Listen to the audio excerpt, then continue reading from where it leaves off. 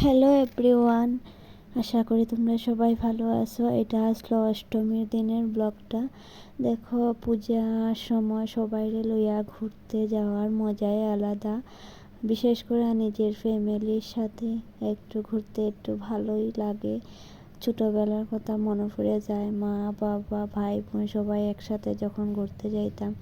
এখন সবাই সংসার লইয়া ব্যস্ত, তাই এই বছরে একটা বারই আসে যখন নিজের ফ্যামিলি সবাই লইয়া একটু ঘুরতে যায়।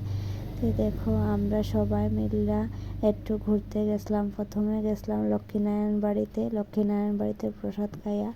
এরপরে মা কইছিল তিরুপতি মন্দিরে যাইব, তো আমরা সবাই মিলে গেছিলাম তিরুপতি মন্দিরে। আর খুব প্রসাদ খাওয়ার ইচ্ছা আসলো, অন্নভোগ খাইতাম, কিন্তু লক্ষ্মীনারায়ণ বাড়িতে গিয়ে অন্নভোগটা খাওয়া হইল না, খিচুড়ি খাইছিলাম। আর এদিকে গেছে দেখো, তিরুপতি মন্দিরে আমরা পড়ছি। যখন মন্দিরটা পুরাটা কমপ্লিট হয়েছিল না, তখন গেছিলাম। আর গেছি অষ্টমীর দিনে, গিয়ে দেখি মন্দিরটা এত সুন্দর হয়েছে, আর ভিতরে ঢুকলে একটা আলাদাই আনন্দ উপভোগ করা যায়, একটা শান্ত। এদিকে আমার মেয়ে খুব টায়ার্ড আসলো, কেননা ষষ্ঠীর দিনে গেছিলাম আমরা শ্বশুরবাড়িতে।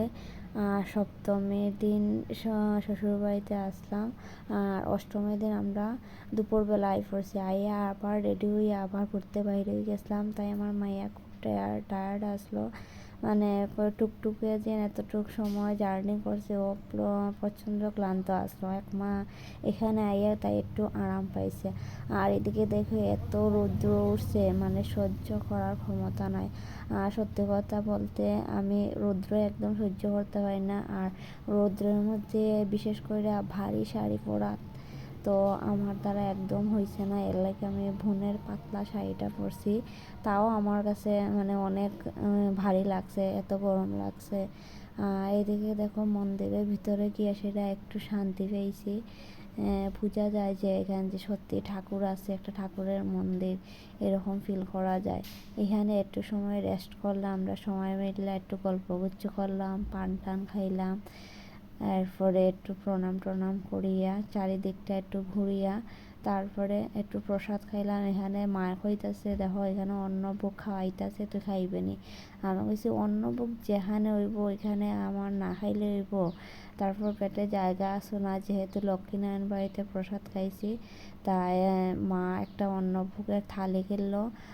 নিজে এক প্লেটে অন্নভোগ নিয়ে বাড়িতে পড়ছিলাম। বাড়িতে সবাই মিলে খাইমো এই উদ্দেশ্যে লই আইস। তাই এদিকে আমার বড়ও বাড়িতে রয়েছে, ও বাইরে হইছে না, ওরেও একটু দিমু। আর এদিকে দেখো, ফ্যামিলির সাথে ঘুরতে যাওয়ার মজাটাই আলাদা। খুব ভালো লাগছে, সবাই মিলে গেছি, আনন্দ ফুর্তি করছি। মানে ভালো লাগে, আগামী বছর কীরকম থাকবো, সবাই সুস্থ থাকবো নি, ভালো থাকবো নি, সবাইরে নিয়ে এরকম ঘুরতে পারবো নি, এটাই। এর লাগে সবাইরে লইয়া যতটুকু সময় পাওয়া, ফ্যামিলির সাথে একটু সময় কাটানো উচিত, ফ্যামিলির একটু সময় দেওয়া উচিত। আর ফ্যামিলির সাথে একটু মজা করার মানে মজাই আলাদা। আমার তো খুব ভালো লাগে।